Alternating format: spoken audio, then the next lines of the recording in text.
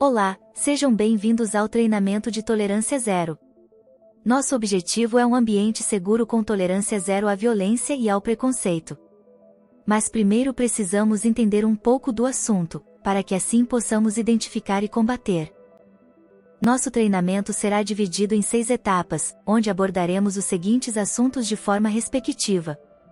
Introdução: por que falar sobre bullying e intimidação, preconceito e discriminação, assédio moral e sexual, agressão física e violência. E por fim, como construir um ambiente seguro.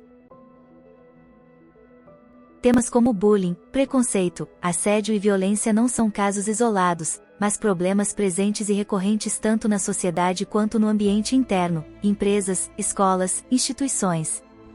Esse treinamento serve como um ponto de partida para gerar conscientização de todos. Além de entendermos que não é um papel exclusivo de alguém, mas sim um trabalho coletivo de todos. A pesquisa Mapa do Assédio no Brasil 2024, realizada pela KPMG, fornece dados alarmantes sobre o assédio no Brasil, onde 41% dos casos ocorrem no trabalho, 13% em espaços públicos, 10% em ambiente familiar e 9% em transporte públicos. Com isso já podemos ter uma ideia do quão grave esses temas são, e é de extrema importância nos unirmos para combater. Você já parou para refletir como fica a mente de uma vítima após passar por uma dessas situações? Não? Então vamos te mostrar. Cercado de ansiedade constante, as vítimas vivem em estado de alerta, com medo de sofrer novamente. Depressão e tristeza profunda, a sensação de inferioridade, rejeição ou humilhação afeta a autoestima. Dificuldade de concentração e produtividade, a vítima se sente desmotivada, desatenta, propensa a erros e esquecimentos. O que prejudica não só a ela, mas a todos. Além de isolamento social, a vítima tende a evitar interações para se proteger, perdendo conexões importantes. Desenvolve a síndrome do pânico, além de crises de choro, e casos mais graves podem levar à incapacidade de trabalhar ou estudar. Ideação suicida, em casos extremos, a vítima pode chegar ao limite emocional. Além das vítimas, o ambiente também sofre, ele é contaminado e tem consequências para todos. O clima organizacional fica tóxico, com queda no engajamento geral do grupo, aumento de rotatividade, evasões ou afastamentos, além de dificuldades em atrair ou reter talentos. Lembre-se que falar é o primeiro passo. Enquanto não se fala, o problema não pode ser resolvido. Não tenha medo, fale, pois assim podemos agir e solucionar a situação. O nosso próximo tema será bullying e intimidação. Vamos entender suas definições, como identificar e formas de combater. O que é bullying? Bullying é qualquer comportamento intencional, repetitivo e agressivo que visa intimidar, humilhar ou excluir uma pessoa, causando dor física ou emocional. Mas vamos analisar de forma detalhada. Intencionalidade: não é acidente, o agressor faz por vontade própria. Repetição: ocorre mais de uma vez, é constante e repetitivo. Desequilíbrio de poder: o agressor se sente mais forte ou dominante, o que intensifica tudo. O bullying é composto por vários tipos, falaremos das 4 principais: verbal, psicológico, físico e cibernético. Vamos entender cada tipo e ver exemplos para entendermos da melhor forma. Verbal: são ofensas, apelidos pejorativos e provocações. Como exemplos temos: gordo, retardado, viado, burro, etc. Psicológico: exclusão social, manipulações, ameaças e humilhação. Como exemplos: não convida ele, se você contar, vai ver só, ninguém gosta de você. Físico: são as agressões, empurrões, tapas, destruição de pertences. Como exemplos: jogar mochila no lixo, bater, empurrar, derrubar material de propósito. E por fim cibernético, que é o bullying feito por meio digital, mensagens, redes sociais e fóruns. Como exemplos: criar perfis falsos, expor fotos íntimas, grupos de exclusão online. Uma pesquisa feita pelo IBGE em conjunto com Play International e Unesco apontam que 41% dos estudantes já sofreram bullying na escola. E 1 em cada 5 adolescentes já foi vítima de bullying virtual. Além disso, o bullying é uma das principais causas de afastamentos psicológicos no ambiente corporativo. E como ficam as vítimas? Elas sofrem impactos emocionais e comportamentais como medo, ansiedade e depressão, queda de desempenho, isolamento social, automutilação e ideação suicida, pedidos de demissão, baixo rendimento, crise de identidade, além de outros. O preconceito e a discriminação são atitudes que surgem da intolerância e da falta de respeito às diferenças, seja de cor, gênero, classe social, religião, cultura ou qualquer outra característica. Essas práticas ferem a dignidade humana, criam barreiras de convivência e perpetuam desigualdades, impedindo que as pessoas tenham acesso às mesmas oportunidades e direitos. Refletir sobre elas é fundamental para construir uma sociedade mais justa, inclusiva e baseada no respeito mútuo. Mas antes vamos entender a diferença entre preconceito e discriminação, embora pareçam a mesma coisa, possuem diferenças. Preconceito é uma opinião ou julgamento negativo formado sem conhecimento, baseado em estereótipos e generalizações. Já discriminação é o ato concreto de tratar alguém de forma diferente ou injusta por causa de um preconceito. No Brasil, os tipos mais comuns de preconceito refletem as desigualdades históricas e sociais do país. O racismo, que afeta principalmente a população negra e indígena, é uma das formas mais presentes, assim como a discriminação de gênero, que limita direitos e oportunidades das mulheres. Também são frequentes o preconceito religioso, especialmente contra religiões de matriz africana, e o preconceito social, voltado contra pessoas de baixa renda ou moradores de periferias.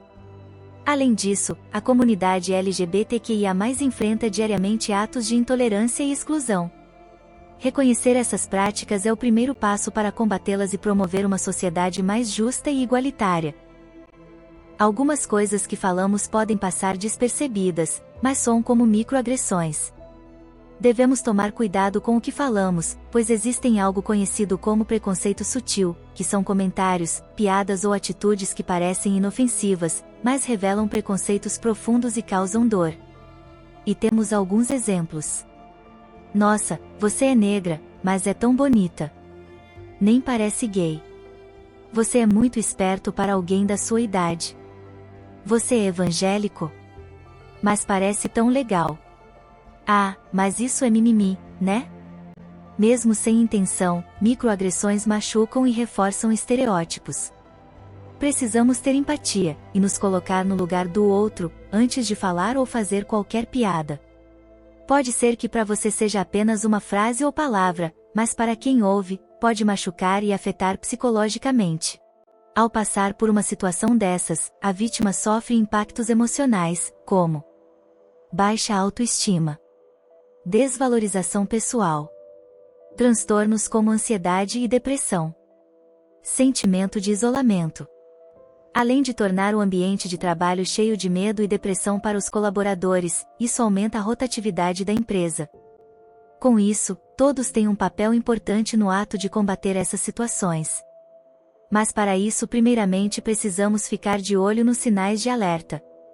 Piadas constantes com um grupo específico. Frases como não tenho nada contra, mas... desconfiança exagerada com alguém diferente. Redução de pessoas a estereótipos. Esses são sinais de que há preconceito e discriminação no ambiente. E para combatermos, após identificar-nos podemos refletir sobre nossos pensamentos e reações. Pedir desculpas sinceras quando errar. Esteja aberto a escutar sem se justificar. Repreenda falas preconceituosas, com educação.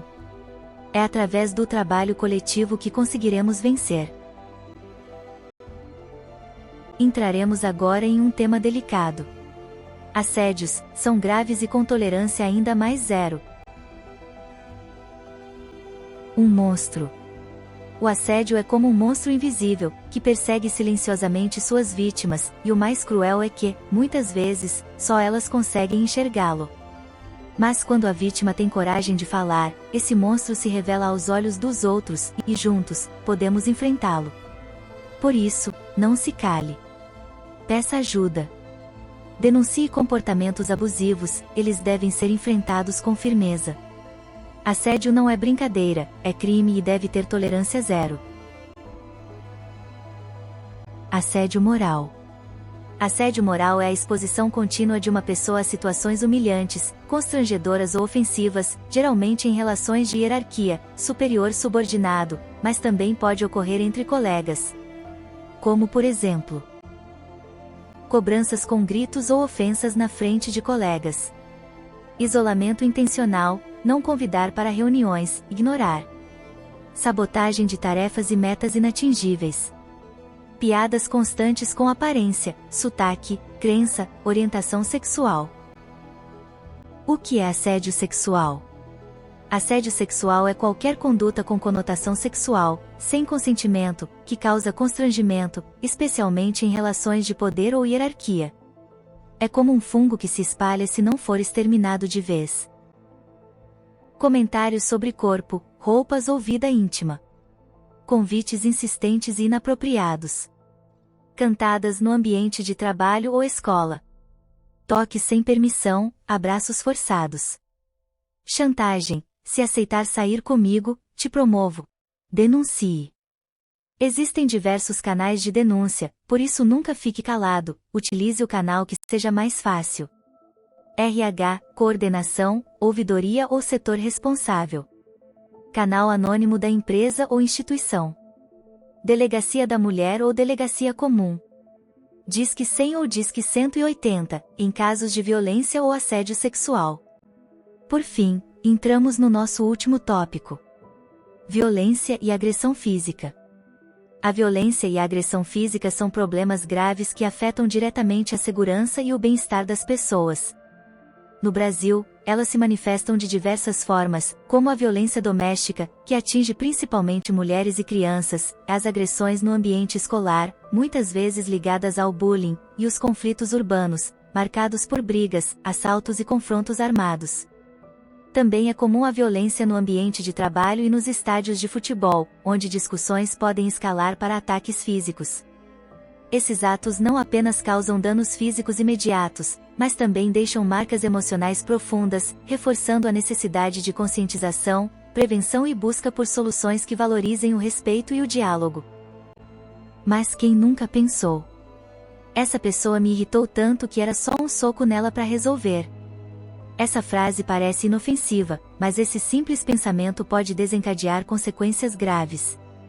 Ao normalizar a ideia de resolver conflitos com violência, abre-se espaço para atitudes impulsivas que podem machucar fisicamente alguém, gerar problemas legais e até comprometer relacionamentos pessoais e profissionais. Além disso, alimentar esse tipo de reação reforça um ciclo de agressividade que torna a convivência mais tensa e insegura.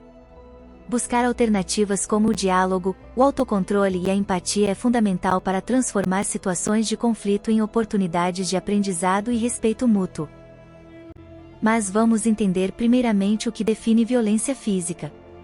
Violência física no ambiente de trabalho se refere a qualquer ato de força física contra outra pessoa, como empurrões, socos, chutes, tentativas de estrangulamento ou uso de objetos como armas. Embora menos frequente do que a violência verbal ou psicológica, a agressão física tem consequências gravíssimas e imediatas. Quando a violência e a agressão física passam a fazer parte do ambiente, os impactos negativos se espalham rapidamente. O clima organizacional se torna tóxico, marcado por hostilidade, medo e desconfiança, o que compromete a colaboração e a motivação das pessoas. Além disso, situações de agressão podem gerar afastamentos, seja por problemas psicológicos ou pela insegurança em permanecer no local, criando um clima ainda mais tenso e instável. Essas consequências não afetam apenas os indivíduos, mas também a imagem da instituição ou empresa. A perda de talentos, a construção de uma má reputação e a sensação de impunidade enfraquecem a credibilidade e dificultam o crescimento sustentável. Por isso, prevenir e combater a violência é essencial para garantir ambientes mais seguros, saudáveis e produtivos. E qual o resultado desse embate entre agressor e vítima? Quando ocorre uma agressão, não há vencedores. O agressor enfrenta consequências sérias, como possíveis sanções legais, danos permanentes à sua reputação e a perda da confiança de colegas e superiores. Já a vítima carrega marcas profundas, que vão além do físico, trazendo traumas emocionais, sentimentos de abandono e até prejuízos à sua carreira. Esse embate gera um ambiente de insegurança e injustiça, prejudicando não apenas os envolvidos, mas todo o coletivo ao redor. A verdadeira solução está na prevenção, no diálogo e em ações firmes que priorizem o respeito e a dignidade de todos. Com isso podemos entender que o diálogo é o único caminho viável e eficiente. Por isso, diga não à violência. Ela nunca será o caminho para nada. Tenha política de tolerância zero à violência e agressão física. Canais de denúncia confidenciais e acessíveis para que todos se sintam à vontade para contar. Capacitação de líderes e colaboradores em comunicação não violenta e gestão de conflitos. Isso torna todos conscientes, evitando que essas situações ocorram. Monitoramento de ambientes de alta tensão, como equipe sob pressão ou com histórico de conflitos.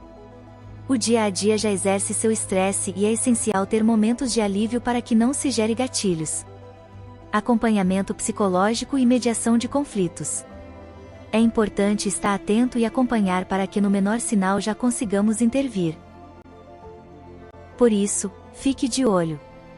Existem sinais que indicam que a situação pode estar prestes a acontecer, e alguns deles são: discussões frequentes ou acaloradas, ameaças verbais ou intimidação, funcionários isolados, tensos ou com comportamento agressivo, olhares ou gestos hostis, indiretas, posturas provocativas, ambiente com clima constantemente carregado. Mas e ao presenciar uma situação, como devo reagir? Primeiro interrompa o conflito, se for seguro fazê-lo. Após, acolha a vítima e procure atendimento imediato. Faça o registro do ocorrido detalhadamente, com data, local, envolvidos e testemunhas. Comunique ao RH ou em um canal de denúncia da empresa. Aplique as medidas disciplinares previstas na política interna. E por fim ofereça apoio psicológico às partes envolvidas. E então, após termos a conscientização dos temas, podemos agora começar a construir um ambiente seguro. Esse processo exige compromisso coletivo, no qual cada pessoa assume a responsabilidade de agir com respeito, empatia e cooperação. Mais do que evitar atitudes negativas, trata-se de cultivar práticas que promovam a confiança, a valorização das diferenças e o diálogo aberto, criando assim uma base sólida para relações saudáveis e produtivas. Para construirmos um ambiente seguro, ele precisa ser sustentado por 5 pilares principais, que são: consciência, comunicação aberta, estrutura e cuidados, exemplo e cultura de respeito. Cada um deles são importantes e essenciais para uma construção de ambientes saudáveis. Vamos entender um pouco sobre cada um deles a seguir. Iniciando com a consciência. Se algo te incomoda, machuca ou humilha, isso importa. E deve ser levado a sério. O primeiro passo é entender que não é normal conviver com violência. Não é frescura. Não é exagero. Não é brincadeira. É preciso reconhecer quando atitudes passam do limite. E isso só acontece quando a gente para, escuta, observa e reconhece sinais de abuso. Comunicação aberta. Ninguém precisa aguentar tudo calado. Falar é coragem. Ouvir é compromisso. É essencial que todos se sintam à vontade para falar. Seja para relatar um caso, pedir ajuda ou apenas desabafar, o silêncio não pode ser a única saída. Ambientes saudáveis têm escuta ativa, zero julgamento e apoio mútuo. Estrutura e cuidados. De nada adianta dizer que combate a violência, se não há onde buscar ajuda. É necessário que existam canais de denúncias acessíveis, sigilosos e confiáveis. A vítima nunca deve sofrer retaliação por denunciar. E é importante que haja ações concretas após uma denúncia, com investigação e consequências. Exemplo. O exemplo sempre deve vir de cima, pois assim isso se torna referência para toda a hierarquia. Quem lidera, ensina com palavras e com atitudes. Chefes, coordenadores, professores, supervisores, todos devem agir com respeito e ética. Se quem lidera é omisso ou agressivo, o ambiente inteiro se contamina. E por fim, a cultura de respeito. Tornar o respeito um hábito diário é essencial e primordial, antes de qualquer coisa. Não adianta falar sobre respeito só quando há um problema. Prevenção é diária, é feita com ações pequenas que se somam. Corrigir uma piada preconceituosa. Apoiar quem sofreu ofensa. Não rir do colega que foi exposto. Não fazer vista grossa para comentários agressivos. E claro, nunca ficar do lado do agressor. Concluindo, os 5 pilares de um ambiente saudável são essenciais para garantir equilíbrio, motivação e produtividade. Quando aplicados em conjunto, promovem organização, colaboração e valorização das pessoas, fortalecendo a equipe, reduzindo conflitos e assegurando resultados sustentáveis a longo prazo. Estamos juntos. Combater a violência é responsabilidade de todos. Tolerância zero é sobre proteger, acolher e agir. Denunciar salva vidas enquanto respeito transforma o ambiente. Nós da Eike Group agimos para garantir um ambiente seguro, respeitoso e saudável. E todos têm papel na prevenção da violência, do preconceito e do assédio. Colaboradores, respeitar colegas e relatar comportamentos suspeitos. Lideranças, agir com firmeza, acolher denúncias, prevenir conflitos. RH e diretoria, criar políticas claras, treinar equipes, garantir apoio contínuo. Com a junção do papel de todos, nós podemos de fato, manter o ambiente 100% saudável. A união é a chave de tudo, apenas após combinarmos os esforços coletivos de todos, é que chegamos até aqui, e a construção de um ambiente seguro depende da ação coletiva diária. Após tudo isso, esperamos que todos comecem a ter a consciência e prestar atenção em seu ambiente. Agradecemos a atenção e vamos pôr em prática tudo o que aprendemos. Nos vemos em breve no próximo treinamento. Até mais!